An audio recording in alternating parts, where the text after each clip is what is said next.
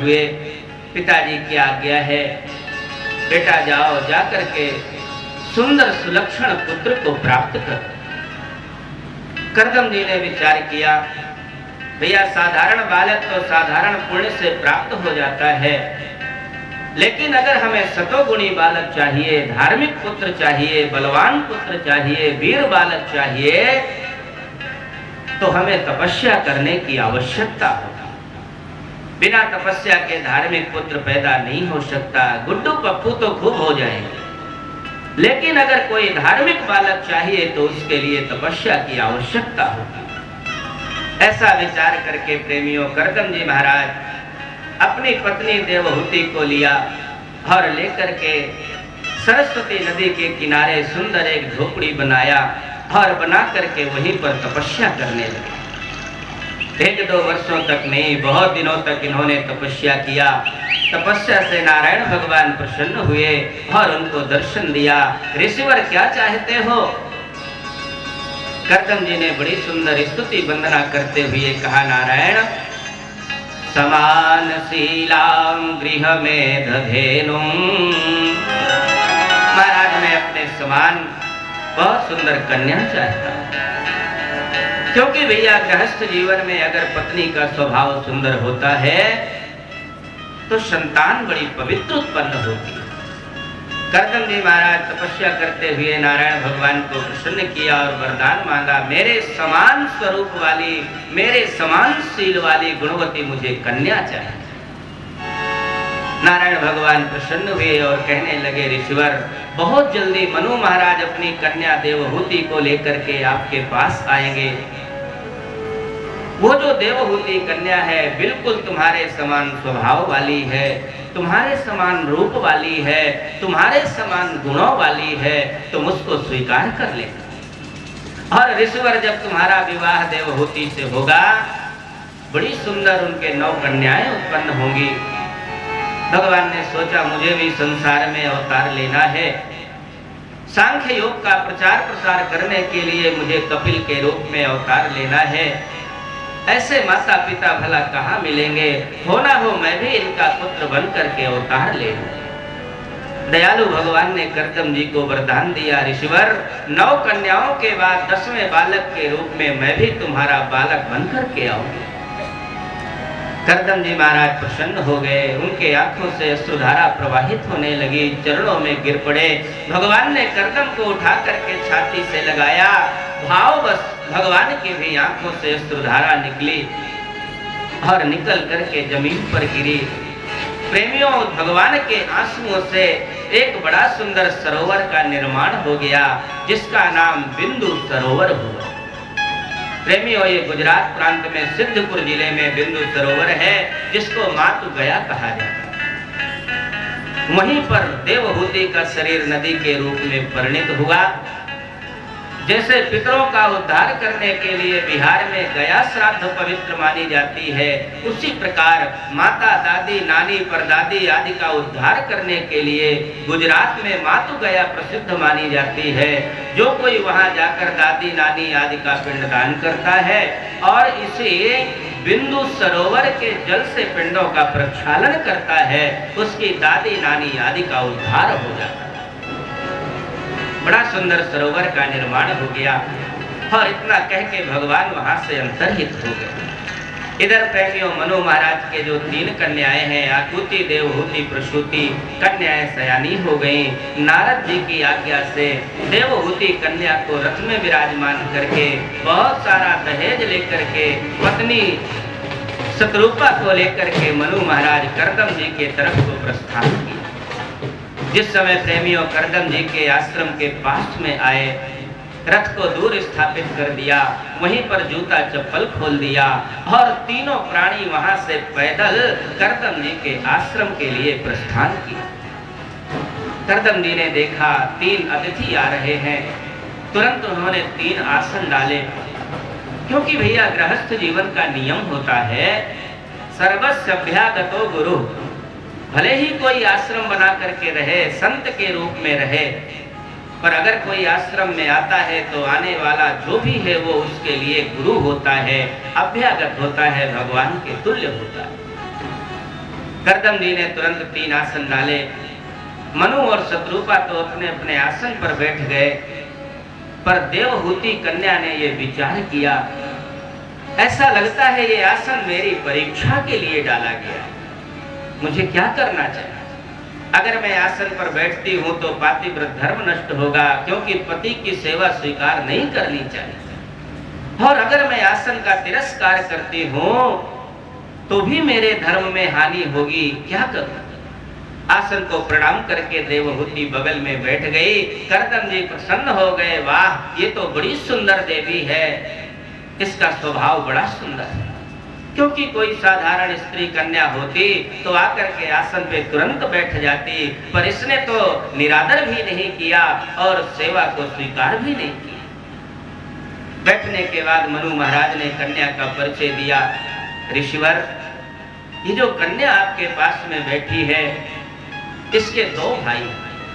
एक का नाम प्रियव्रत है, दूसरे का नाम उत्तानपाद है।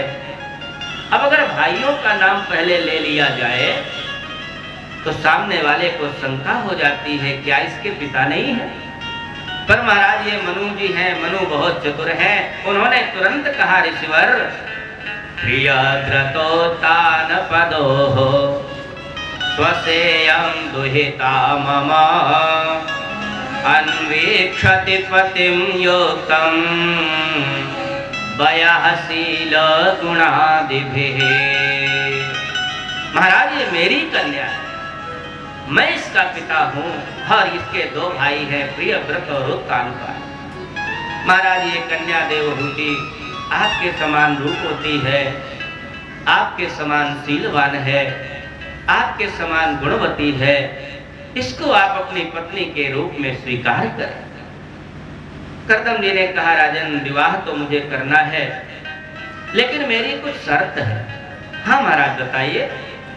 राजन, जिस समय मेरा गृहस्थ जीवन पूरा हो जाएगा, मैं पत्नी को छोड़ करके, बाल बच्चों को छोड़ करके संन्यास धारण करूंगा, और उस समय तुम्हारी कन्या मेरे रास्ते में रोड़ा न डाले, मेरे रास्ते की बाधक न बने, तब तो मैं विवाह करने के लिए तैयार हूं।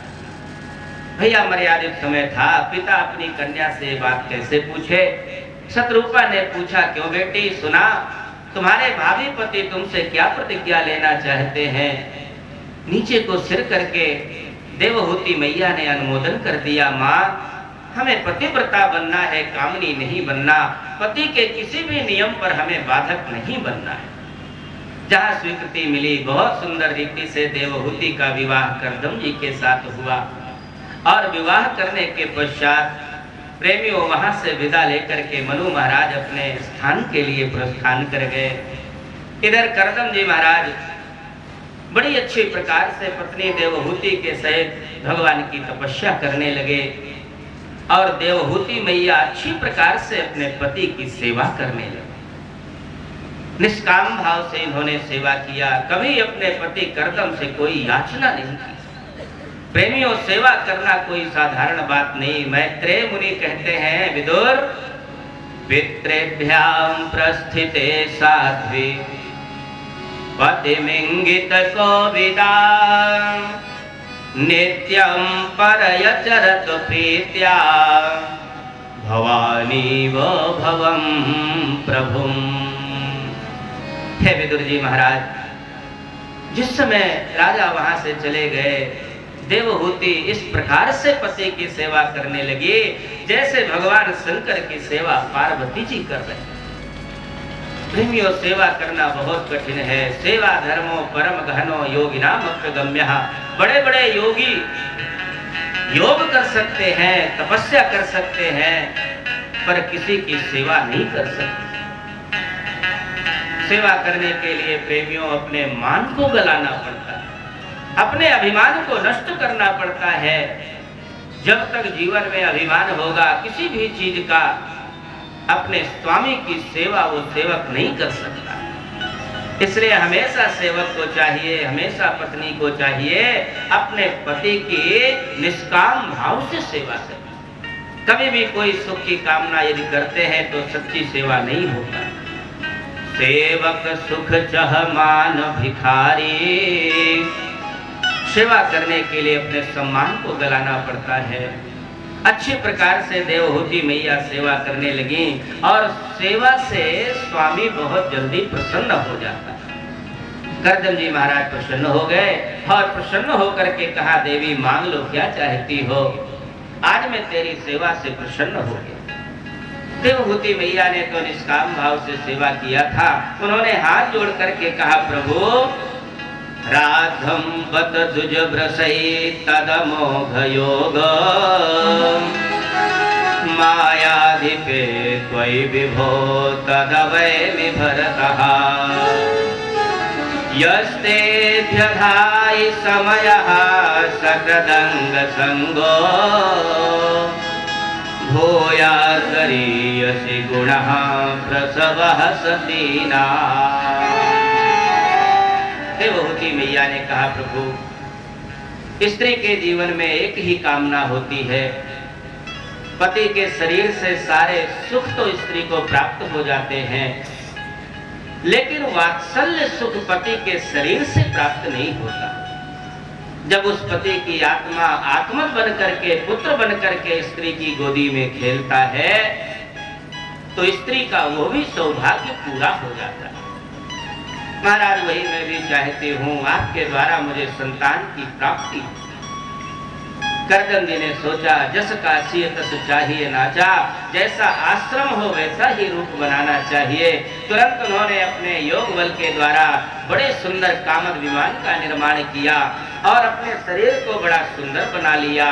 कामद विमान जिस समय बनकर तैयार हुआ, उससे अनेकानेक दासियां निकली, निकल करके देवहूति मैया को लिया, लेकर के उनको स्नान कराया, इत्र आदि से लगा करके वस्त्राभूषणों से सजाया और सजा करके बड़े बड़े तीर्थों का भ्रमण कराया। प्रियाया प्रियमन्वेक्षण करदमो योगमास्थितः विमानं कामगं श्रद्धस करहेवा विरति करत। सुंदर विमान का निर्माण करके देवहूति को बिठाया और बिठा करके नाना प्रकार के तीर्थों का भ्रमण कराया। प्रेमियों ध्यान देना, ये स्त्रियां कोई डिब्बे में बंद करके रखने की वस्तु नहीं। जैसे हमारा और आप लोगों का घूमने फिरने का मन होता है, वैसे ही स्त्रियों का भी घूमने टहलने का मन होता है। स्त्रियों को घुमाना चाहिए, लेकिन थोड़ी सावधानी रखना चाहिए। कहां पर घुमा? धार्मिक स्थलों पर ले जाना चाहिए, सुंदर भागवत कथा सुनाना चाहिए, चित्रकूट हरिद्वार की यात्रा कराना चाहिए, वैष्णो माता की यात्रा कराना चाहिए। ऐसे स्थानों पर स्त्रियों को ले जाओ जहां जाने के बाद इनके अंदर सतो गुण का उदय हो। और यदि कहीं पिक्चर हॉल में लेकर बिठा दिया, कहीं सिनेमा घर में, थिएटर में, क्लबों में जाकर बिठा दिया, तो जितना इनके जीवन का सतो गुण है सब समाप्त हो जाएगा। रजोगुण और तमोगुण का बोलबाला हो जाएगा। और ध्यान देना, जैसा स्त्री का स्वभाव होता है, जैसा स्त्री का हृदय होता है, उसी प्रकार का बालक उत्पन्न होता है। इसलिए इनकी पवित्रता का ध्यान रखना परम आवश्यक है। सुंदर तीर्थों में भ्रमण कराना चाहिए। करदम जी ने बहुत सुंदर तीर्थों का भ्रमण कराया। वैश्रम्भ के सुरसने नंदने पुष्पभद्र के मानसे चैत्र रथे च सरे मेरा मया रतः। सुंदर नंदन वन की यात्रा कराई, पुष्पभद्रक ले गए, मान सरोवर ले गए, बड़े बड़े तीर्थों का भ्रमण करा और भ्रमण करा करके पुनः अपने आश्रम में आए। आने के बाद धीरे धीरे करके और देवहूति मैया से 9 कन्याएं उत्पन्न हो गई। प्रेमियों, ये 9 कन्याएं कोई अन्यथा नहीं, ये तो 9धा भक्ति है, 9 प्रकार की भक्ति है। और ये 9 भक्ति करदम जी के यहाँ कन्या बनकर के आए। क्योंकि विचार करना, भगवान का प्रादुर्भाव वहीं हो सकता है जहां पर भक्ति का प्रादुर्भाव हो। बिना भक्ति के भगवान नहीं आते। इसलिए करदम जी के यहाँ पहले 9 प्रकार की भक्ति आई। और आने के बाद 10वें रूप में भगवान का नंबर था, लेकिन करदम जी विस्मृत हो गए। करदम जी ने सोचा बस मेरे कन्याएं हो गई, मेरा गृहस्थ जीवन पूरा हुआ। वहां से तपस्या करने के लिए जाने लगे। देवहूति मैया चरणों में गिर पड़ी, महाराज क्या करते हो? करदम जी ने कहा, देवहूति विवाह के समय जो तुमने प्रतिज्ञा किया था क्या वो भूल गई? अरे बोले ना महाराज, मैं अपनी प्रतिज्ञा नहीं भूल सकती, मैं मनु की कन्या। पर महाराज अभी आपका गृहस्थ जीवन पूरा कहाँ हुआ? अरे ये कन्याएं हैं, ये तो दूसरे की धरोहर हैं। एक एक कन्या का विवाह करने में कितना परिश्रम करना पड़ता है। 9 कन्याएं मेरे माथे पर मढ़ करके जा रहे हो, कृपया इनका विवाह करो और विवाह करने के बाद मेरे दुख को हरण करने वाला एक पुत्र मुझे प्रदान करो। जहां ये बात देवहूति ने याद दिलाई, करदम जी को याद आ गया। अरे तपस्या के समय वरदान देते वक्त भगवान ने कहा था, करदम 9 कन्याओं के बाद मैं तुम्हारा पुत्र बनूंगा। मैं तो विस्मृत हो रहा था। धन्य हो देवी, आज भटकते हुए को तुम रास्ते पे ले आई। करदम जी महाराज पुनः गृहस्थ जीवन में आए। कुछ दिनों के अनंतर देवहूति मैया गर्भवती हुई। धृतव्रतासि भद्रं ते, धृतव्रतासि भद्रं ते। जहां वो गर्भवती हुई, प्रेमियों बहुत सुंदर सुहावना समय आया। और आने के बाद देवहूति मैया के सामने साक्षात नारायण छोटे से बालक के रूप में प्रकट हो गए। बोलिए सच्चिदानंद भगवान की जय। ब्रह्मा जी महाराज वहां से आए, बालक का जात कर्म संस्कार कराया और नामकरण कराया। नामकरण के संबंध में बताया, करदम तुम्हारे इस बेटे का नाम कपिल होगा। बोलिए कपिल भगवान की जय। करदम ये तुम्हारा बेटा कोई साधारण बेटा नहीं, ये तो साक्षात नारायण है। ऐसा कहकर के ब्रह्मा जी तो वहां से चले गए। इधर करदम जी महाराज बड़ी अच्छी प्रकार से 9 कन्याओं का विवाह ब्रह्मा जी के कथनानुसार 9 ऋषियों के साथ किया। करने के बाद एकांत में भगवान कपिल के पास गए। जाकर के बालक भगवान को प्रणाम किया। प्रणाम करके उनकी परिक्रमा लगाई और लगा करके वहां से तपस्या करने के लिए चल पड़े। प्रेमियों, जैसे आजकल हम और आप लोगों को पैसा कमाने की चटपटी लगी रहा करती है, इसी प्रकार पहले के जो महापुरुष होते थे उनको जंगल जाने के लिए, तपस्या करने के लिए चटपटी लगा रहा करती। करदम जी ने जिस समय देखा हमारा गृहस्थ जीवन पूरा हो गया, अब हमें जंगल जाना चाहिए, तुरंत वहां से कपिल भगवान से आज्ञा लिया, लेकर के जंगल में गए। इच्छा द्वेष विहीनेन सर्वत्र समचेतसा भक्तियो मद भगवद् भक्तियोक्तेन प्राप्ता भागवती गतिः। इच्छा द्वेष विहीनेन समस्त कामनाओं को छोड़ दिया, सभी प्रकार से जीवन में अपने राग द्वेष को निकाल करके बाहर कर दिया और निर्मल हृदय से भगवान का चिंतन करते हुए परमात्मा को प्राप्त कर लिया। बोलिए सच्चिदानंद भगवान की जय। इधर प्रेमियों आश्रम में कपिल भगवान विराजमान हैं, सामने देवहूति मैया बैठी हुई हैं। भगवान का दर्शन तो ऐसे माता नित्य किया करती थी, लेकिन आज जिस समय कपिल भगवान का दर्शन कर रही हैं, दर्शन करते करते ससुर ब्रह्मा की बात देवहूति को स्मरण में आई। मेरे ब्रह्मा जी ने, मेरे ससुर जी ने कहा था तुम्हारा ये पुत्र साक्षात नारायण है, और सामने अगर मेरे नारायण विराजमान है तो मुझे अपने आत्म कल्याण का प्रश्न करना चाहिए। प्रेमियों, देवहूति मैया ने बड़ा सुंदर यहाँ पर आत्म कल्याण का प्रश्न किया। थोड़ा मन बुद्धि को ठिकाने में एकाग्र करके सुनना, विषय बहुत अच्छा है। देवहूति मैया ने कहा, प्रभु निरवेणाम नितराम भूमन, निरवेणाम नितराम भूमन न सदिन्द्रिय तरसणात् येन संभाव्यमानेन प्रपन्नाहं तमः प्रभो। देवहूति मैया ने कहा, नारायण, ये जो इंद्रियां हैं, इंद्रियों को सनातन से मैं बराबर विषय की खुराक देती चली आ रही हूं, लेकिन महाराज ये इंद्रियां कभी तृप्त नहीं होती। ध्यान देना, ये जो हमारी इंद्रियां हैं, 5 ज्ञानेंद्रियां, 5 कर्मेंद्रियां, 1 मन, ये सारे के सारे अपनी अपनी खुराक मांगते रहते हैं।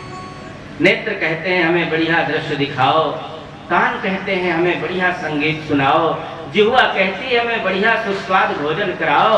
अपनी अपनी मांग करके इंद्रियां जीवात्मा को परेशान करती रहती हैं। कभी ये इंद्रियां तृप्त नहीं होती हैं, चाहे जितना इनको विषय की खुराक देते रहो, पर कभी तृप्त नहीं होती। तो महाराज जरा ये बता दो, इन इंद्रियों को तृप्त करने का उपाय क्या है? कैसे इंद्रियां तृप्त हों? कपिल भगवान प्रसन्न हो गए और कहने लगे, मां, योगयाध्यात्मिकः पुंसां, योगयाध्यात्मिकः पुंसां मतो निःश्रेयसाय मे अत्यन्तो परतिरयत्र दुःखस्य च सुखस्य च। भगवान ने कहा, मैया, संसार वाले शरीर और संसार के लिए तो उपाय किया करते हैं, लेकिन आत्मा के लिए कोई कुछ भी नहीं करता। मेरा शरीर सुखी रहे इसलिए पैसा कमाते हैं, मेरा शरीर स्वस्थ रहे इसलिए भोजन करते हैं, मेरे शरीर को बीमारी ना लगे इसलिए इलाज करते हैं। हर प्रकार से अपने शरीर के लिए सेवा करते हैं, शरीर के लिए उपाय करते हैं, कोई भी आत्मा के लिए उपाय नहीं करता। और मैया, जिस समय कोई अपनी आत्मा के लिए कोई कार्य करता है, उसी कार्य को आध्यात्मिक योग कहा जाता है। आदि उपसर्ग आत्म संबंध से अध्यात्म बनता है। आत्मा से संबंधित जब कोई कार्य किया जाता है तो आध्यात्मिक योग बनता है, और वही आध्यात्मिक योग भगवान को मिलाने वाला होता है। लेकिन ध्यान देना, हम लोग सब कुछ तो संसार और शरीर के लिए करते हैं, भगवान की प्राप्ति के लिए, आत्मा के प्रसन्न रहने के लिए कभी कुछ भी नहीं करते। इसलिए भैया, हमेशा ज्ञान का कुठार लेकर के अज्ञान के वृक्ष को काटना चाहिए। हृदय में जो अज्ञान हमारे विराजमान है उसको काट देना चाहिए और आत्मा से संबंधित कार्य करना चाहिए।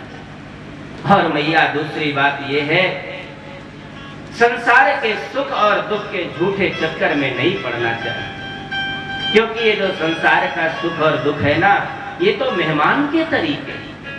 आगमा पाइनो नित्यांस्तांस्तितिक्षस्व भारत।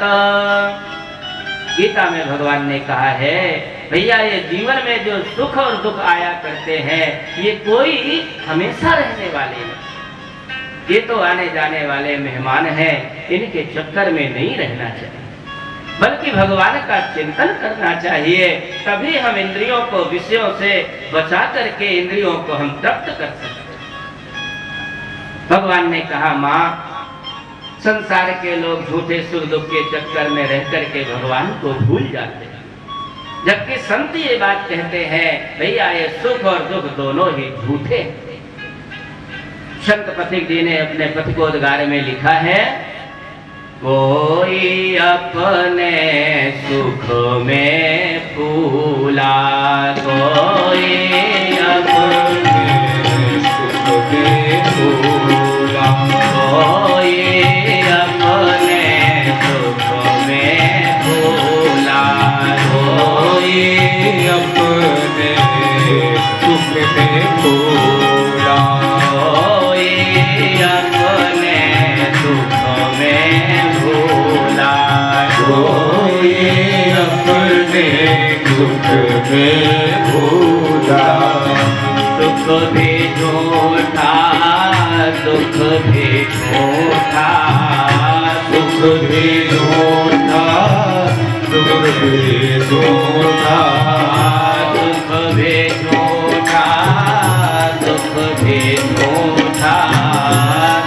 भी ढूंढा दुख भी ढूंढा अपना मन समझा ले साथे अपना मन समझा ले साथे आना है तो आले आना है तो आले। प्रेमियों ये सुख और दुख दोनों झूठे, इनमें जरा भी कहीं सत्यता नहीं है, इसलिए इनमें अपने मन को नहीं लगाना चाहिए। प्रेमियों विचार करो, यहाँ भगवान ने कहा है केतः खल्वस्य बंधाय मुक्तये चात्मनो मतम् गुणेषु सततं बंधाय रकं वा पुंसि मोक्तये। प्रेमियों इन इंद्रियों को नचाने वाला मन होता है। मन अगर ना कहे तो ये इंद्रियां कुछ भी नहीं कर सकती हैं और मन की प्रवृत्ति बड़ी चंचल होती है। मन को बंधन में रखना, मन को बांध करके रखना, मन की चंचलता को रोकना ये बहुत कठिन बात है। गीता में भगवान ने कहा वायोरिव सुदुष्करम, मन इतना चंचल है वायु के समान, इसको बंधन में रखना बहुत कठिन है। और यदि हमने मन की उछाल को रोक लिया तो प्रेमियों सारी इंद्रियां हमारे बस में हो जाती हैं, विषयों से वो छूट जाती हैं, विषय का भोग करना बंद कर देती हैं और सीधे वो परमात्मा की सेवा में लग जाती हैं। मन एव मनुष्याणां कारणं बंध मोक्षयोः, मन ही मनुष्य के बंधन और मोक्ष का कारण है, इसलिए अपने मन को संभालना चाहिए। बिगड़ा हुआ मन है उसको सुधारना चाहिए। पर प्रेमियों ये मन सुधरेगा कैसे? बोले जहां से ये मन बिगड़ा है वहीं से सुधरेगा। कहां से बिगड़ा है भैया? ये मन कुसंग से बिगड़ा है। ध्यान देना, जन्मजात कोई बालक जुआड़ी नहीं होता, जन्मजात कोई बालक शराबी नहीं होता। शराबियों का संग कर लेता है तो शराबी बन जाता है, जुआड़ियों का संग करने से वो जुआड़ी बन जाता है। इसलिए भैया ये संग के द्वारा मन बिगड़ता है, तो संग से ही मन सुधर सकता है। पर अंतर क्या है? अभी तक हम बुरे लोगों का संग करते रहे, जुआड़ी शराबियों का संग करते रहे, तो हमारा मन बिगड़ गया। और यदि हम सुधारना चाहते हैं तो हमें संतों का संग करना चाहिए। यहाँ भगवान ने कहा मैया शतां प्रसंगान मम वीर्य संविदो भवन्ति हृतकर्ण रसायना कथाः तज्जोषणादा स्वपवर्गवर्त्मने श्रद्धा रतिर्भक्तिरनुक्रमेष्यते।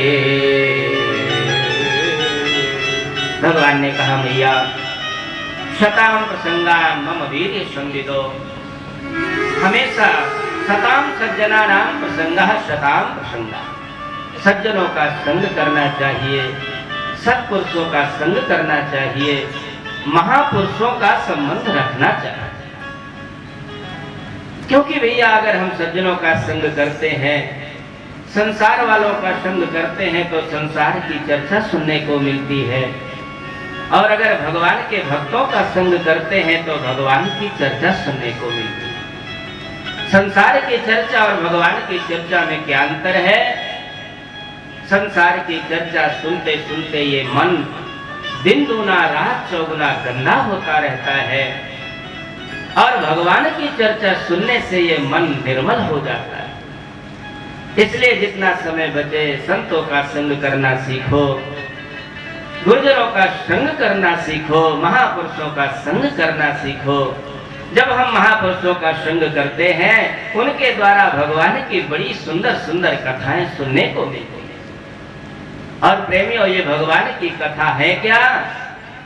भवन्ति हृतकर्ण रसायना कथा। भगवान की जो कथा है प्रेमियों ये हृदय के लिए रसायन का काम करती है। रसायन माने जैसे पहले बीमारी होती थी, डॉक्टर नहीं होते थे, उस समय पर वैद्य लोग हुआ करते थे। अगर छोटी मोटी बीमारी होती तो कहते जड़ी बूटी ले लो, गुरिच का सत ले लो, अदरक का रस निकाल लो, थोड़ा शहद मिला करके चाट लो, बुखार ठीक हो जाएगा। पर भैया अगर पुराना बुखार होता था, जीर्ण ज्वर हो जाता था, तो वैद्य लोग कहते थे काष्ठादिक दवाओं से ठीक नहीं होगा, इसके लिए तो रस की आवश्यकता है, रसायन की आवश्यकता है। अब तो तुम्हारे बुखार को ठीक करने के लिए मकर ध्वज रसायन चाहिए, बसंत कुसुमाकर रस चाहिए, चंद्र प्रभावती रस चाहिए। बिना रसायन के ये रोग ठीक होने वाला नहीं है। तो भैया ये जो संसार का रोग है, हमारा जो भव रोग है, हमारा जो हृदय का जो रोग है, ये कोई नया नहीं, ये बहुत पुराना है। जन्म जन्म अभ्यास निरत चित अधिक अधिक रुझाई। भैया ये 84 लाख योनियों में भटकते हुए प्रत्येक योनियों के संस्कार हमारे हृदय में जमे हुए, अनेकानेक जन्मों का रोग हमारे इस हृदय में विराजमान है, काष्ठादिक दवाओं से ठीक होने वाला नहीं है। इसके लिए तो रसायन चाहिए। और रसायन क्या है? भवन्ति हत करण रसायना कथा। भगवान की कथा ही रसायन है। जब हम संतों के पास बैठते हैं, सज्जनों के पास बैठते हैं, प्रेमियों, हम उनके द्वारा भगवान की कथा सुनते हैं और वो कथा हमारे हृदय में जाकर के रसायन का काम करती है, हमारे हृदय के विकारों को दूर कर देती है, हमारा हृदय निर्मल हो जाता है। और जैसे ही हृदय निर्मल हुआ, तज्जो सनादा स्वपवर्ग वर्तमने श्रद्धा रतिर भक्तिरनुक्रमेश दे। हमारे हृदय में श्रद्धा उत्पन्न होती है। प्रेमियों, ये श्रद्धा बहुत बड़ी चीज, बिना श्रद्धा के जीवन में कुछ मिलने वाला नहीं है। ध्यान देना, अगर जीवन में कुछ प्राप्त करना है तो हमारे हृदय में श्रद्धा होना अनिवार्य है। गीता में भगवान ने लिखा, ज्ञान कौन प्राप्त करता है? श्रद्धावान लभते ज्ञानम। जिसके अंदर श्रद्धा होती है वही ज्ञान को प्राप्त करता है। भैया, बिना श्रद्धा के कुछ प्राप्त होने वाला नहीं है। इसलिए जीवन में सबसे पहली चीज श्रद्धा होनी चाहिए। बिना श्रद्धा के कुछ भी मिलने वाला नहीं। रामायण में गोस्वामी जी ने लिख दिया, भवानी शंकर वंदे श्रद्धा विश्वास रूपिणौ याभ्याम विना न पश्यन्ते सिद्धा स्वान्तस्थमीश्वरम। याभ्याम विना, श्रद्धा विश्वासाभ्याम विना सिद्धा अपि स्वान्तस्थमीश्वरम न पश्यन्ति। बिना श्रद्धा और विश्वास के अपने हृदय में बैठे हुए परमात्मा का दर्शन बड़े बड़े सिद्ध योगी महात्मा भी नहीं कर पाते। इसलिए अगर भगवान का दर्शन करना है तो हमारे अंदर श्रद्धा का होना परमावश्यक है। बिना श्रद्धा के कुछ भी मिलने वाला नहीं है। इसलिए भगवान के प्रति श्रद्धा रखो, माता पिता के प्रति श्रद्धा रखो, गुरुजनों के प्रति श्रद्धा रखो। जिस समय हमारे अंदर श्रद्धा आ जाती है, श्रद्धा के बाद रति का प्रादुर्भाव होता है। प्रेमियों, ये रति बड़ी विलक्षण है। रति अगर जीवन में आती है तो सारा संसार बिल्कुल व्यर्थ लगने लगता है। भरत जी पहुंच गए त्रिवेणी मैया में, स्नान किया। त्रिवेणी मैया ने कहा, भरत मांग लो, क्या चाहते हो? भरत जी ने कहा, मैया अर्थ न धर्म न काम रुचि। मैया मुझे अर्थ नहीं चाहिए। अच्छा, तो धर्मात्मा बनना चाहते हो? अरे बोले ना मैया, मुझे धर्मात्मा भी नहीं बनना। तो कोई कामना लेकर आए होगे, बताओ क्या इच्छा है, क्या चाहिए? बोले मैया, मेरे अंदर कोई कामना भी नहीं। अरे तो मैं समझ गई, धर्म के 4 ही पुरुषार्थ होते हैं, धर्म अर्थ काम मोक्ष। अगर 3 नहीं चाहते तो मोक्ष जरूर तुम्हें चाहिए। भरत जी ने मोक्ष को भी ठुकरा दिया।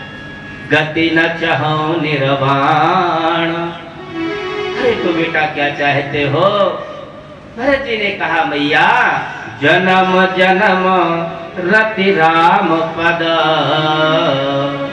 यह वरदान नहाय। मैया मैं जन्म जन्मांतर तो भगवान के चरणों में रति चाहता। प्रेमियों, जिस समय हमारे जीवन में श्रद्धा आती है, हृदय में श्रद्धा उत्पन्न होती है, श्रद्धा के द्वारा रति का प्रादुर्भाव होता है और रति का प्रादुर्भाव होने के बाद तीसरे नंबर में भक्ति का प्रादुर्भाव होता है। प्रेमियों, ये भक्ति बहुत श्रेष्ठ है। जहाँ जीवन में भक्ति आती है परमात्मा की प्राप्ति हो जाती है। परमात्मा अपने आप को छिपा नहीं पाते। इसलिए प्रेमियों, क्रमशः पहले संतों का संग करना चाहिए। संग करने से श्रद्धा उत्पन्न होती है, श्रद्धा से रति उत्पन्न होती है और रति से भक्ति का प्रादुर्भाव होता है। भक्ति के आते ही परमात्मा का दर्शन होता है। देवहूति मैया ने कहा प्रभु जरा ये तो बताओ, मैं स्त्री जाति वाली हूँ और स्त्री को कैसी भक्ति करनी चाहिए? भगवान ने कहा मैया सुनो, अनिमेता भागवती भक्ति सिद्धेर गरीयसी जरयत्यासु या कोशम निगीर्ण मनलो यथा। कपिल भगवान ने कहा मैया अनिमित्ता भागवती भक्ति सिद्धेर गरीयसी। प्रत्येक प्राणी को चाहिए बिना निमित्त के भक्ति करे। माने भक्ति तो करे लेकिन उसमें कोई निमित्त ना लगावे, कोई कारण ना लगावे कि इस काम के करने से मुझे ये मिल जाए, इस काम के करने से मेरा ये हो जाए। ऐसा नहीं, एकदम भगवान की प्रसन्नता के लिए भक्ति करना चाहिए।